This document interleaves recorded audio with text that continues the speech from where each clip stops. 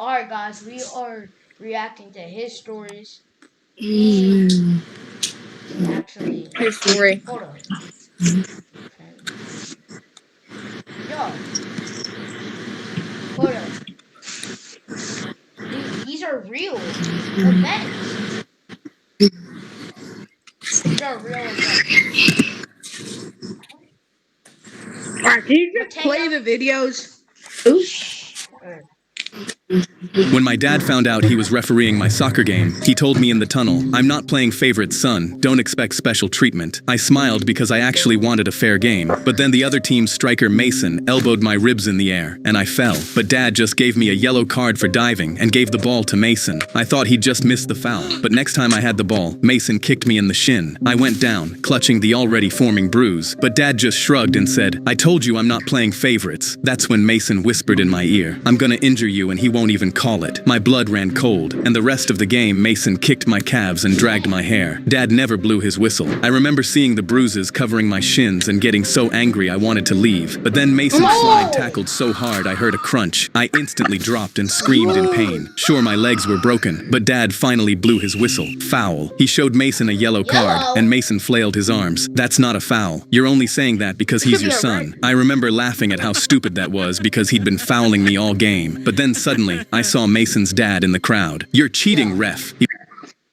He was pointing at my dad. That wasn't a foul. He leapt the barricade and started running towards us with his fists clenched. He punched my dad in the jaw before anyone could react and stood over him. "How's that for a foul? My boy isn't fouling anyone. Stop helping your son." Mason grinned, and when I looked at Dad on the ground, I got angry and stood up despite my bones crunching. "Your son's been injuring me all game, you idiot. Don't touch my dad." I shoved Mason's dad in the chest. His eyes went wide, and he cocked his arm back to swing at me. But then security guards tackled him. They dragged him off screaming, while Mason shouted, "Let him go." When Dad stood up, he immediately ordered Mason off the pitch. Mason stormed off stomping his cleats. I laughed hard, but then Dad turned to me and pulled out a red card. "That's for assaulting a fan. You're out of the game too."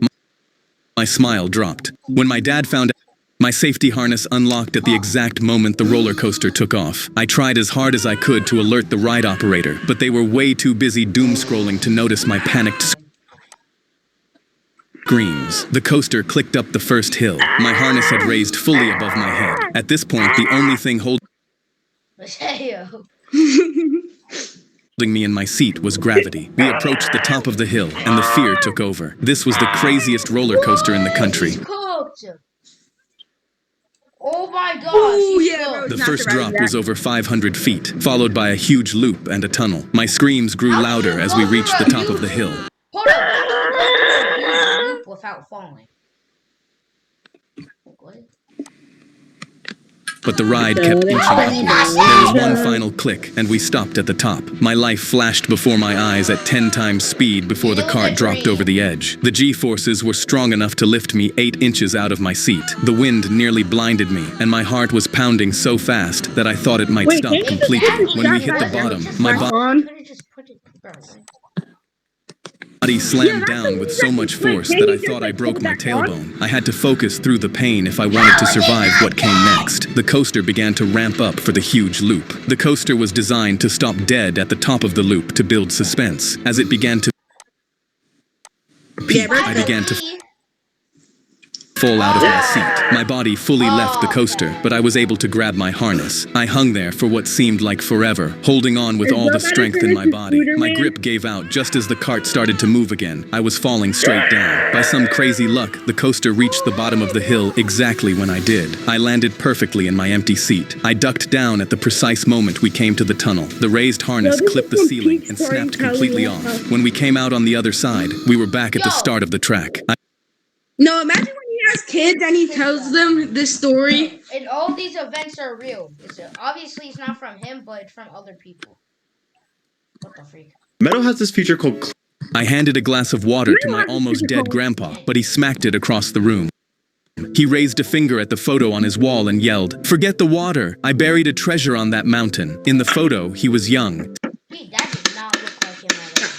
standing on that summit with a shovel over his shoulder, and his chest rattled as he begged, "Take me up there before I go to heaven." My dad walked in with his new girlfriend on his arm and laughed. "He's demented, buddy. There's no treasure up there. Don't let him fill your head with dirt." She pulled him out the door while he shook his head, but Grandpa's eyes kept glaring at the photo, so I grabbed my new driver's license and smiled. "Let's go get that treasure, Grandpa." I loaded Grandpa, his wheelchair, and his old shovel into his rusted truck. Dad sprinted out yelling, "Stop! There's no treasure!" while the girlfriend honked from the convertible, but I pulled away with my heart slamming in my chest from excitement. Halfway up the mountain road, the truck jerked and died, refusing to start back up. I popped the hood with shaking hands, but Grandpa croaked from the seat, pinched the fuel line and tapped the filter, so my hands did what his voice said, and the engine roared back. I started driving again, but a few miles later, Grandpa went quiet mid-sentence and slumped against the door. I put my hand against his nose, but my face went pale because Grandpa wasn't breathing, so I dragged him flat onto the gravel and pushed on his chest, counting out loud, until he gasped awake, right as Dad's convertible screamed around the bend below us. I buckled him in and barely hit the gas before Dad could open the door. At the summit, I wheeled him to the lookout, and the wind hit us like a wall. Grandpa gripped the armrests and pushed himself up onto his own 2 feet for the first time in a year. Dad's convertible skidded in behind us, and he Probably how Tokyo Drift be like. came running, but I stepped into his path and held him back. Grandpa pointed at the boulder from the photo. "Right there, dig there." My hands rattled when the shovel hit metal on the 6th swing, and I hauled up a rusted barrel that looked 100 years old, but when I opened it, it was filled with shiny new gold bars. Dad's eyes lit up, and he pushed the girlfriend away and pulled Grandpa into a hug. "I knew it, Dad. I always knew you weren't demented." Grandpa patted his cheek and winked at me, so I winked back. When he passed, his will left me every gold bar, and next to Dad's name, there was just one line: "There's no treasure up there." I handed a glass. I woke up to "Never Gonna Give You Up" by Rick Astley blasting outside my window at 7 a.m., and I jumped out of bed already laughing. I already knew it was my boy Foley, because he'd been Rick rolling me every Saturday for 8 years straight. It was the only time I got to see him because he was always working, but this time I grabbed my brand new boombox, because today I was finally ready to Rick roll him back. I ran down to the front door still in my boxers and holding the boombox over my head on full volume, but when I opened the door, I froze, because there was a kid standing there with Foley's duct-taped boombox. "Where's Foley?" He gripped the handle tighter. "He's not here. I'm Theo, his little brother. He told me I had to play this until you came out." My smile died. "Where is he?" The kid pulled a folded note from his jacket. I thought you knew." I unfolded the note with shaking hands. "By the time you're reading this, I'll be gone. I've been battling cancer for 3 years. The Saturdays pranking you were the best part of my week. Sorry I never told you, but take care of my brother for me. 8 years, I thought I was the one getting pranked. Those Saturdays were him holding on." Theo nodded at the boombox in my hand. He said you'd know what to do next. I forced back my tears, raised the boombox over my head, and pressed play. I woke up to "Never Gonna..." That was sad. I bought a used laptop at a pawn shop, and when I set it up, I found a folder while serving in Yo, Iraq. this orange hair Colonel man has done Sanders called. Why are you? I was at the. Oh heck no! Well, to be honest, Bro bought some abs Oh, hell no. from Roblox for 7 Robux. During my football game, a little kid hopped the barrier. Hold on, we gotta see that again. Saquon Barkley. What are you talking about? During my football game, a little kid hopped the barrier and started sprinting onto the pitch, heading directly for me. He juked so sharp the guard chasing him slipped, and I grinned, secretly wanting him to make it because it was the cutest thing. I threw my arms open to hug him, but then he punched me square in the face. "This is for ruining my dad's parlay. He lost our house because you scored." Guards ripped him off, and I lay there bleeding and regretting wanting him to reach me. During my football game, a little Bro, I don't know if you've heard. I got I don't know if you've heard, but I excel is perfect for busy kids like us. I use it at school and at home. My mom calls it healthy screen time. I got stuck inside a water slide, and the lifeguard kept sending kids down until I became the cork in a human soda bottle. It was a giant tube slide at Splash Kingdom, shaped like a blue snake wrapped around the tower. I only went because Ben yelled, "Last one down buys fries." The second I dropped in, my swim trunks caught on a loose screw inside the first curve. The slide yanked me backward. The waistband snapped tight, and I stopped dead with water rushing over my face. I slapped the wall and yelled, "I'm stuck!" But the slide swallowed my voice. Something slammed into my feet. A kid yelled, "Move!" I yelled, "I can't!" He yelled, "That's not helpful!" Another kid hit him, and the three of us folded together like wet lawn chairs. Above us, the lifeguard blew his whistle and sent someone else. That kid arrived feet first, apologized, and kicked me in the ribs. The tube filled with echoing screams, squeaking skin, and one kid shouting, "My goggles are in my mouth!" At the bottom, I could hear parents clapping for kids who never came out. Ben's voice floated up from the pool. "Where is everybody?" A fifth kid crashed into the pile, holding an inflatable shark. The shark squealed against the wall and wedged under my armpit. The water kept pushing. We slid 1 inch, stopped, slid another inch, and stopped harder. For one terrifying second, nobody laughed. Just come off when he goes down. A metal hatch clanged open above us. A maintenance guy shouted, "Nobody move!" Every kid in the tube yelled, "We can't!" He muttered something about water pressure, reached inside with a screwdriver, twisted something above my hip, and my waistband popped free. The entire slide made a deep gulping sound. My stomach lifted. The pile behind me shifted. "Uh-oh," the kid with the shark whispered. The water hit us all at once. I shot out first, skipped across the splash pool, and landed sitting upright in a stranger's nachos. 7 kids launched out behind me like human popcorn. The inflatable shark landed on the lifeguard's Okay, I don't even think this is real. head. A water shoe slapped Ben in the chest. The last kid popped out holding the sign that said, "One rider at a time." I stood up wearing 3 pairs of goggles and ketchup sauce on my shoulder. Ben stared at me. "So do I still get fries?" I got stuck in... Stupid thing of ever.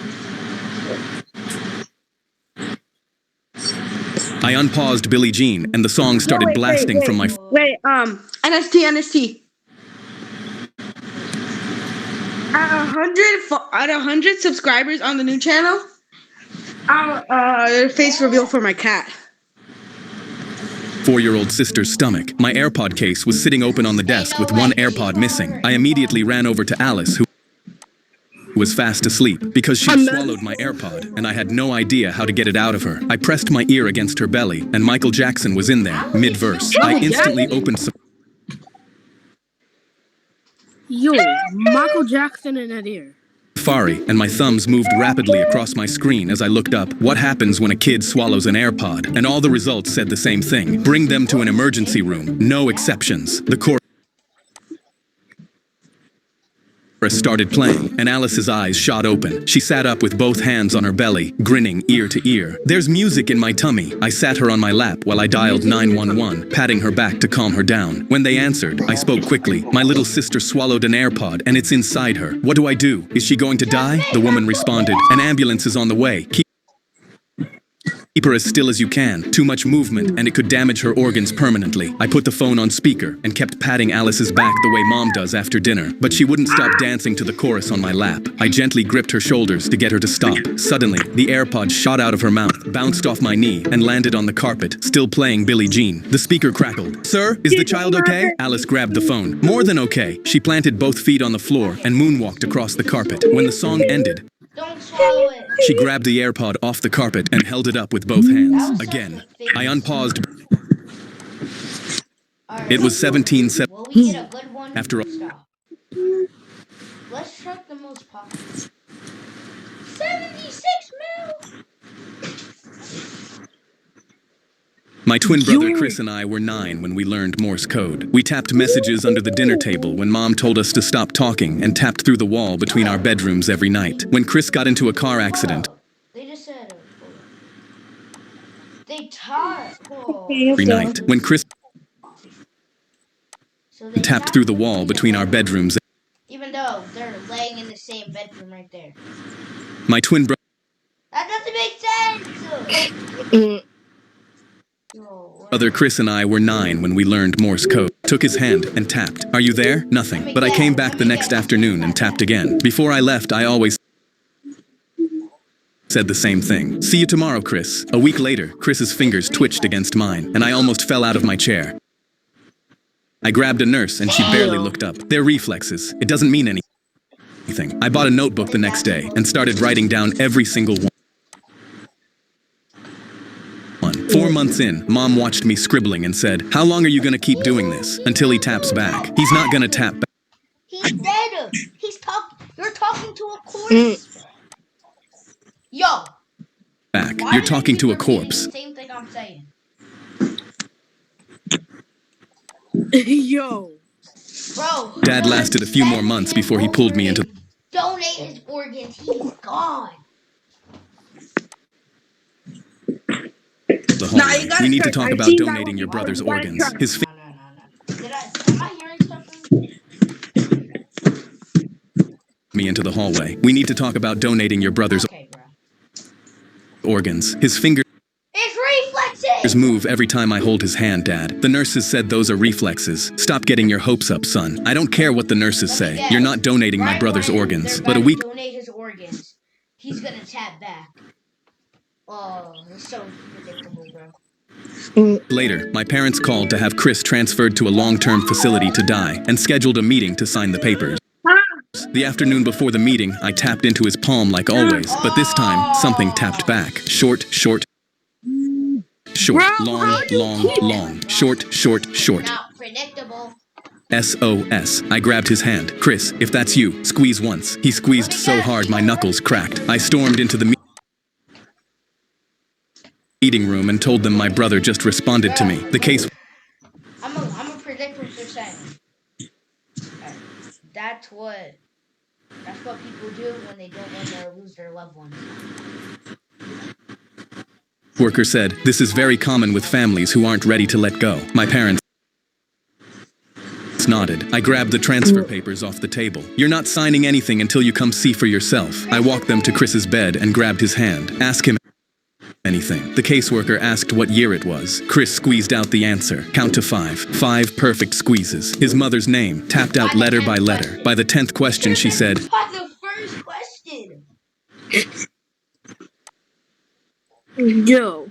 he's still alive. We can't move him. Weeks later, I asked Chris what kept him fighting when everyone gave up. Heard mom call me a corpse. Heard dad say donate my organs. Heard all of them leave, except you. I asked why. I wanted to see you too. My twin brother. Yeah. The flight attendant.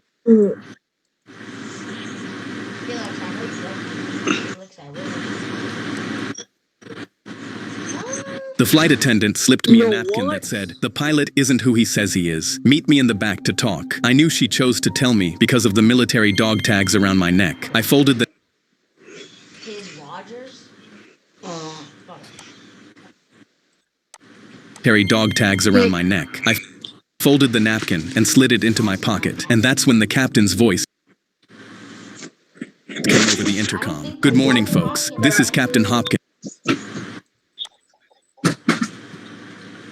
Expecting smooth skies to Chicago, but something was wrong. I could feel it in my bones. I waited 2 minutes. Feel it in my bones. I waited 2 minutes and casually walked to the back, not knowing what to expect. The flight attendant was there with a man holding up a police badge. The man whispered, I'm glad you're here. I'm an undercover cop. I knew something was wrong. Straight away, the flight attendant whispered, I've flown with Captain Hopkins for 6 years. I don't exactly know what's wrong, but I know that's not Hopkins, and we're flying the wrong way. She showed me the flight map of where we were heading. The plane is heading toward we're flying the wrong way. She showed me the flight map of where we were heading. The plane is heading toward an abandoned airport. I leaned over the map. My body was pumping with adrenaline because it was the perfect place to crash a plane. There's an empty space above the pilot's room. I can climb up and listen to what the pilot and co-pilot are planning through the ceiling. Take my number. If you can tell there's something fishy going on, text me one word, now. That's the signal to move. And to distract everyone while I climbed above the ceiling, the flight attendant made an announcement on the speakers to tell everyone to keep their seatbelts on. Through the cracks, I could hear 2 men in the pilot's room talking. 15 years ago today, our brother died because of Captain Hopkins. Now we get to crash his plane with him tied up on it while we impersonate him. I texted the undercover cop. Now, the cart slammed into the pilot's room door, and the cop kicked it open. I dropped through the ceiling and tackled the fake pilot out of his seat. The cop pinned the co-pilot to the floor. The flight attendant grabbed the radio. Mayday, our pilot is gone. We need help landing right now. She looked at me. Find Hopkins. The Exactly, though. Actual pilot. He has to be on this plane somewhere. I sprinted to the back of the plane, checking every door. I yanked open the closet next to the bathrooms, and Captain Hopkins was inside with the plane, checking every door. I yanked open the closet next to the bathrooms, and Captain Hopkins was inside with his hands tied and tape across his mouth. I ripped the tape off. "Get me to the controls." He ran to the front and dropped into the pilot's chair. He grabbed the wheel. "Tower, this is the real Captain Hopkins. I'm landing this plane." When we finally landed, the cops dragged the brothers off in handcuffs. The flight attendant came up to me in the aisle. I pulled the napkin out of my pocket and held it up. "You saved 200 lives with this." She smiled and took it back. The flight attendant Alright, one last one. T-Mobile. T-Mobile. My daughter came home crying with an F because her every time my daughter came home crying with an F because her teacher doesn't know what color blood is. The first time I realized something was wrong, Riley came home from school holding out her arm. "Look, Dad, you can see the blue blood in my veins right here." She traced the blue lines under her skin with her finger. I put down my coffee and looked at her. "Actually, sweetheart, that's not true. Blood is always red because of hemoglobin. It's just darker red in your veins." Her face scrunched up, but Mrs. Miller showed us a whole PowerPoint about it. She even had diagrams from a science book. The next morning, Freaking teacher. I packed my work scrubs in my bag. I'm an ER nurse at Mercy General, and I was working the afternoon shift anyway. I sent Mrs. Miller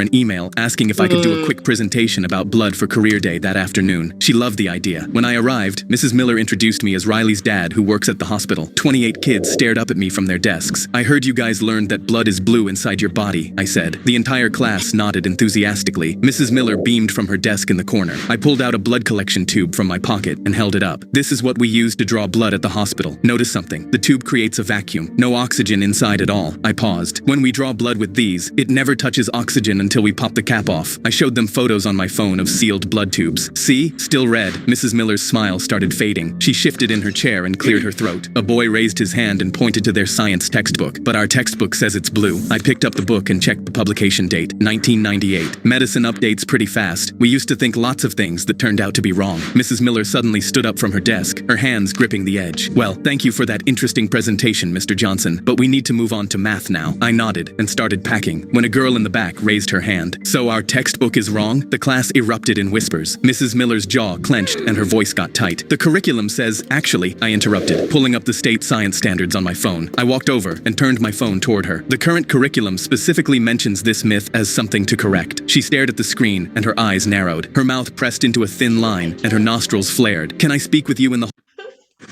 Look at her. Yo, wow. hallway?" The kids watched as we walked out and the door closed behind us. "Do you have any Taylor Swift. idea how hard it Where's she looking at? is when parents undermine my authority?" Her face was red and her voice was sharp. "Now they'll question everything I say." I kept my voice calm. "Isn't that exactly what we want them to do? Question things and learn critical thinking?" She crossed her arms tightly. "I've been teaching for 22 years. I'm not changing my whole curriculum because some nurse thinks he knows better than our textbooks." The next day, I found out Mrs. Miller gave the class a pop quiz. Riley came home crying, her face red and puffy. Her hands were shaking as she handed me a paper with a big red F on it. I took a deep breath and felt my jaw tighten as I looked at the question. What color is blood inside the body? Riley had written red, and Mrs. Miller had marked it wrong. I requested a meeting with Principal Davis and brought printouts of medical textbooks, the state science standards, and Riley's quiz. The principal called in Mrs. Miller and asked her directly, "Is blood blue inside the body?" After a long pause, Mrs. Miller said, "It's what the children understand better." I leaned forward in my chair. "My daughter is crying every morning before school because she's afraid of getting Fs for writing down the truth." The next day, the school replaced their science books. Now whenever Riley learns something new at school, she comes home and asks me, "Dad, is this actually true, or is it just a Mrs. Miller truth?" My daughter It's me, Felix, and Mateo. We reacted to his story.